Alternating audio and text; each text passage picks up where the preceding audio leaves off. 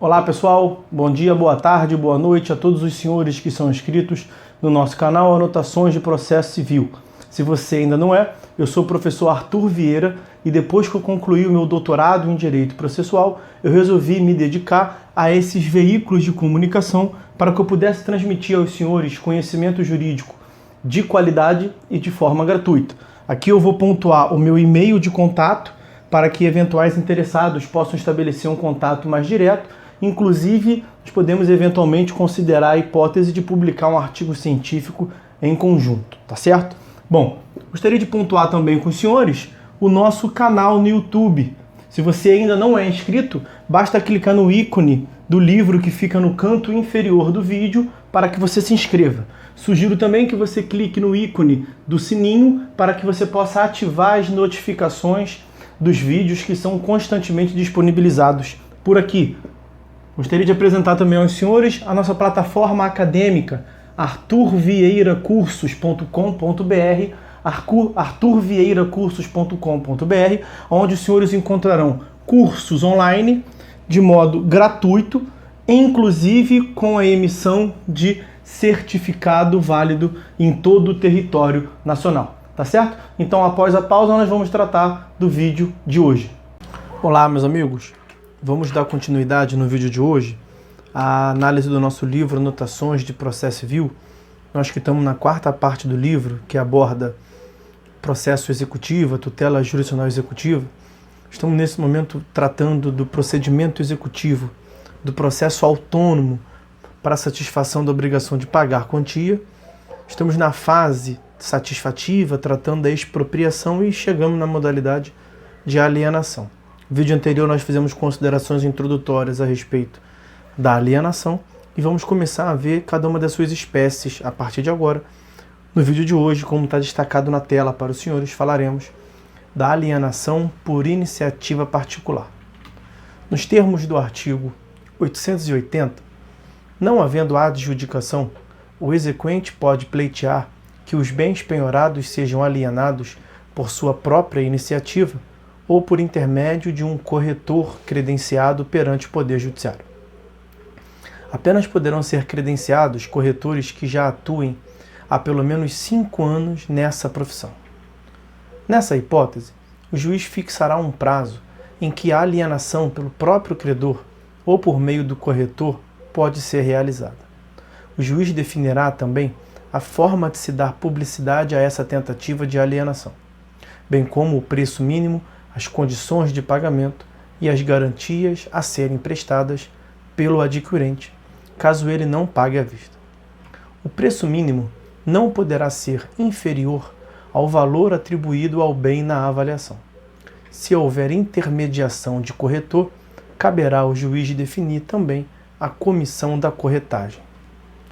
Uma vez ocorrendo a alienação por iniciativa do exequente ou por intermédio do corretor, o ato será formalizado por um termo nos autos. O termo deverá ser assinado pelo juiz, pelo exequente, pelo adquirente do bem e, estando presente, pelo executado. Uma vez lavrado o termo, a alienação está aperfeiçoada, tornando-se, em princípio, irretratável. Contudo, o parágrafo 5º do artigo 903 prevê hipóteses em que o arrematante poderá desistir da arrematação. O tema será tratado de forma mais aprofundada quando do estudo da alienação e leilão judicial, a partir do próximo vídeo. Se o bem for imóvel, depois de lavrado o termo, será expedida uma carta de alienação, que servirá para a realização do registro da transferência do bem na matrícula do imóvel. Se for um bem móvel, será expedido o mandado de entrega do bem ao adquirente. Embora as disposições atinentes à alienação por iniciativa particular silenciem a respeito, a expedição da carta de alienação ou do mandado de entrega do bem apenas poderá ocorrer depois de pago o preço da aquisição ou, se ela não for à vista, após prestadas as garantias. Aplica-se analogicamente a regra do parágrafo 1º do artigo 901. Os tribunais poderão expedir provimentos administrativos regulamentando detalhes da alienação por iniciativa particular, nos seus respectivos âmbitos de competência. Poderão prever, inclusive, o emprego de meios eletrônicos. Deverão também disciplinar o modo de credenciamento dos corretores, os quais, reitere-se, precisarão ter um mínimo de 5 anos de experiência profissional. Constitucionalidade da alienação por iniciativa particular. Haveria algum problema em se delegar ao próprio exequente ou a um corretor essa tarefa? A resposta é negativa. Na medida em que a alienação deverá ocorrer, no mínimo pelo valor dado ao bem na avaliação, fica descartada qualquer objeção. Afinal, se o credor pode ele mesmo ficar com o bem pelo valor da avaliação, adjudicando-o, nada impede que encontre um terceiro que o adquira por esse mesmo preço, ou até por um preço melhor. Nem se diga que a ilegitimidade constitucional da alienação por iniciativa particular residiria na ausência de uma licitação para definir o adquirente do bem. O argumento não se justifica, tendo em vista a realidade do processo executivo.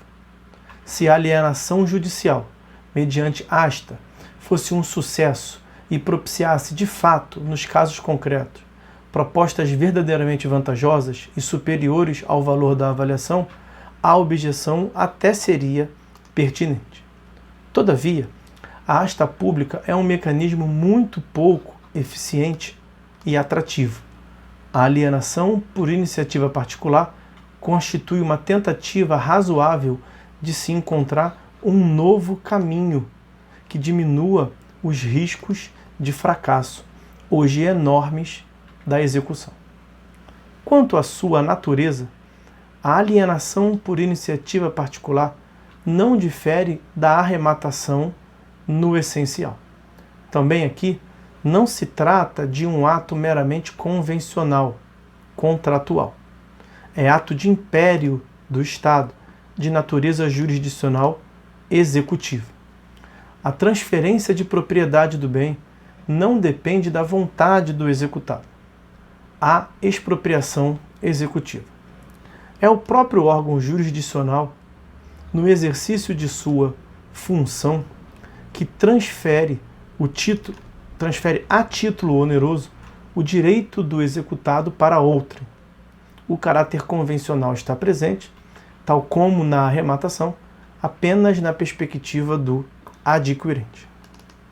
A circunstância de o próprio credor ou um corretor intermediarem essa operação não afeta a natureza pública do ato. Tem-se apenas a delegação da tarefa de se encontrar um adquirente para o bem a ser executivamente expropriado.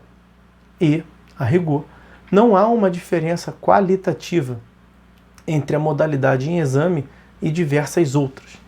A questão é de gradação. Na praça, tal tarefa, a praça que iremos examinar adiante, tal tarefa é desempenhada por um agente que integra a própria estrutura administrativa do judiciário, um serventuário da justiça. Já no leilão, o leiloeiro, embora investido de um munus público no exercício de sua função, já é alguém formalmente alheio à estrutura estatal.